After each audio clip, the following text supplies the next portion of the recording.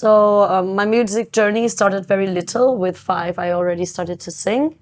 And this, singing was always something that came very strongly to me. But then the pressures of society saying you shouldn't choose music because it's not a very safe kind of work field. So I actually ended up studying architecture and being an architect. But during my time as studying, I started busking, like just playing on the streets. And it was a very empowering moment where I really felt, wow, I can survive on my own. Like this fear that society puts us, you know, like it was the first time that I broke free from this fear. And then after I reached my goal as an architect, which was to build sustainable houses, build a community, I said, okay, either now I try becoming a musician, or maybe when I'm too old, then I will be what if? What if I tried? And I prefer trying something and failing than not trying at all. And I feel like that became a part of my message as well. And my message is a lot about empowerment, about facing our fears to grow. And I think this is just something that I've been learning through my personal journey, and that I feel like I'm as well sharing it in texts. A lot of it has as well to do with female empowerment. So in the old days, I used to be very rebellious against the patriarchy.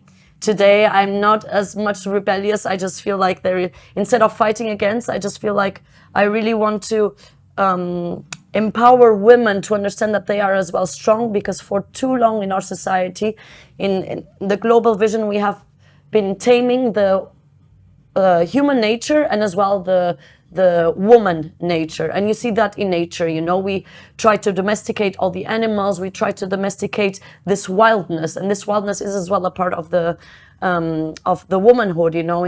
There was a period where we were even burning witches, you know, and these were not witches, they were just like really free spirit women that were connected with the elements, that had an opinion, you know, that were very much in their own strength.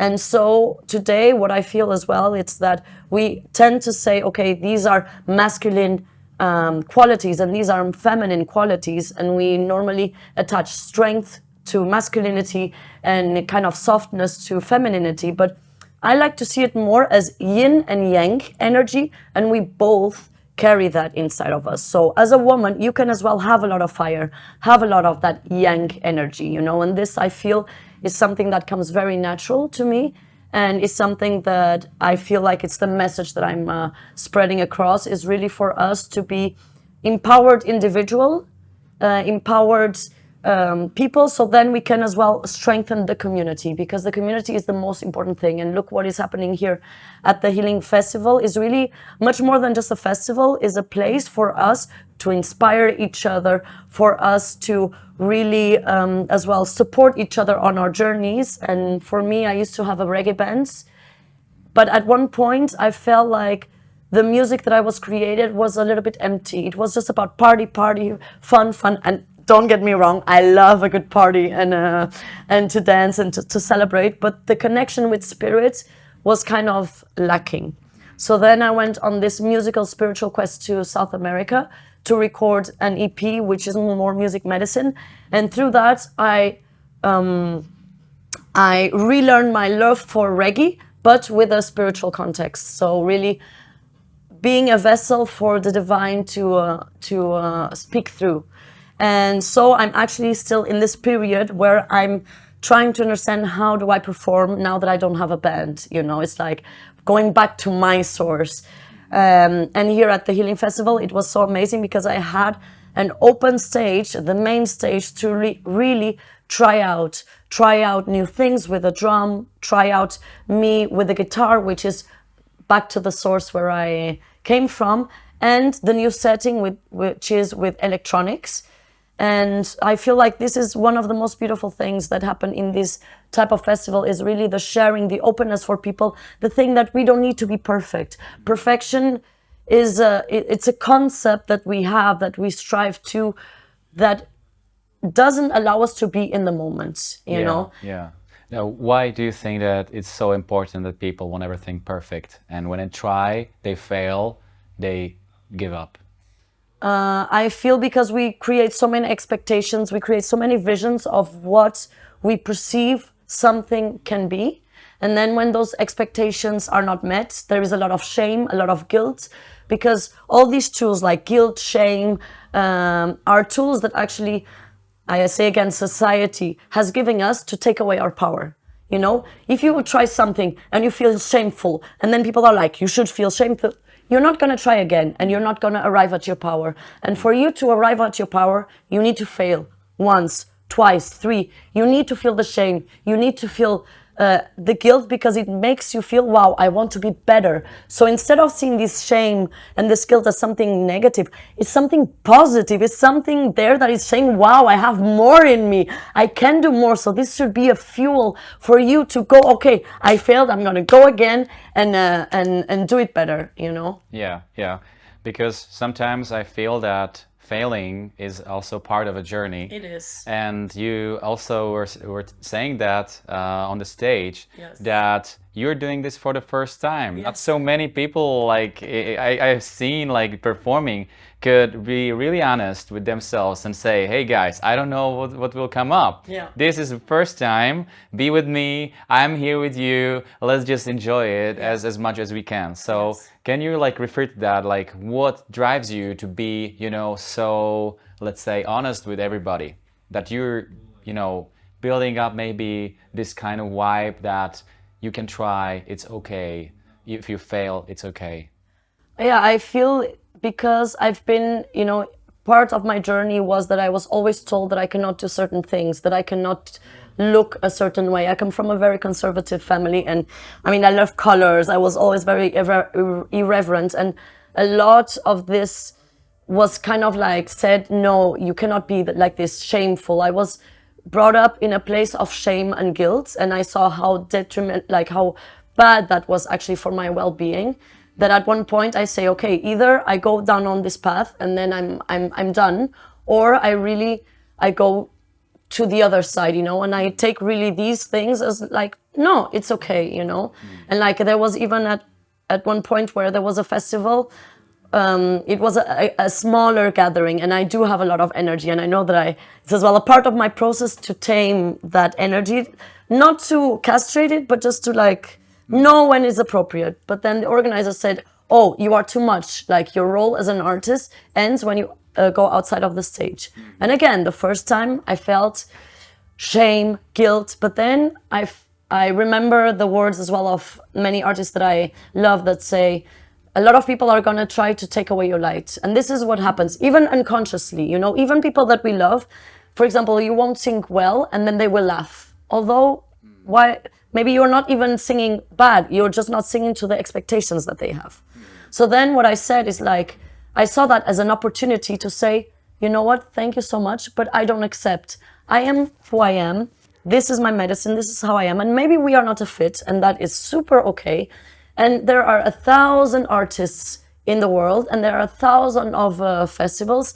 And I thank you deeply for giving the opportunity for me to stand my ground and to say, I don't accept this, you know, this thing that you are trying to dim my light. Right, because it's their point of view, Yeah. and you just be a clear observer of Yeah. what's going on. And I was just being myself, you know. And you don't have to accept it like personally. Exactly, it's theirs. there, it's there. And this is the thing, I don't have to accept this is what they reflect. I can like accept to open up and accept it, or say, no, that's fine, all good. And yeah, what I feel is like in our society,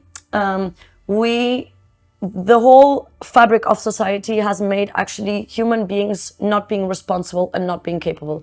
And when I used to do the construction work, we used to build houses with 50 people who never built a house. And that was such an empowering moment where you're actually building a house like in the old days with your community, you know? Yeah. So I feel like this is a lot what I have to say is like we are stronger than we believe. We are more capable than we believe, and we just need to like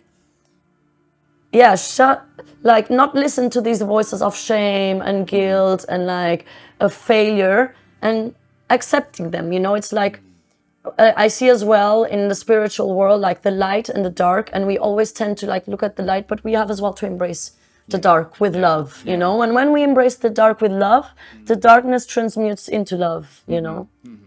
It's or intercombined. Yes. Tell me, how do you perceive Healing Festival as a concept? I find it that it's a very, very beautiful concept that goes beyond actually being a festival. For me, it's really a place where we are birthing the new world. You know, people are coming from all sorts of places, having many different experience. But the core thing that we all feel here is the love. You know, like everybody's super loving with each other. Everybody's super open to each other. And I really feel like a lot of us feel like a change needs to come. Where is that change? And here we are creating that change. We are being the change that we want to see in the world. And this is what I love about these types of gatherings. And it's not just here. It's things that are opening up in several countries. And I find it beautiful that us as artists, but as well people who are around, we then, you know, travel and inspire each other through the different tribes, you know. Circling, you know, like almost doing like this Taoist dance, you know, warbling, where we all enter into a trance and and then it ripples into society, you know, because we go so full of good energies from here, so inspired, that I can only hope that we can be as well that light for others who don't experience this. Okay. Is there something you would advise to people that are maybe fearing from failing and have lots of fears why they're not doing something they would probably love to do? Yeah, I would say put yourself in a position where you're gonna fail, like set yourself to fail, and when you fail, laugh. Because laughing about oneself is the best medicine that I am learning to deal with kind of negative emotions. Even for me, I'm gonna be very honest. One of my biggest shadows, let's say, is anger. Like I have a lot of fire, and when I cannot control it, it can come out like in anger, where I explode. And one technique that I've been developing that is really helping is like when something is not going as I want, I'm just then laughing, you know, laughing at myself, and I am able to release this energy, because in the end, everything is just kind of an energy that goes through the body, and I'm able to transmute this into laughter, you know. So set yourself to fail like this. Today, I am gonna fail. So if you like to do music, I would recommend to you to go to the street, put yourself in a corner and say, you know what, it's gonna be horrible. It's gonna be, I'm gonna fail completely, but I'm gonna do it. And do it once and twice and 3 times. And then after the 4th, the 5th, you're gonna see, hey, actually, it's quite good, you know, because it's like when you learn how to walk.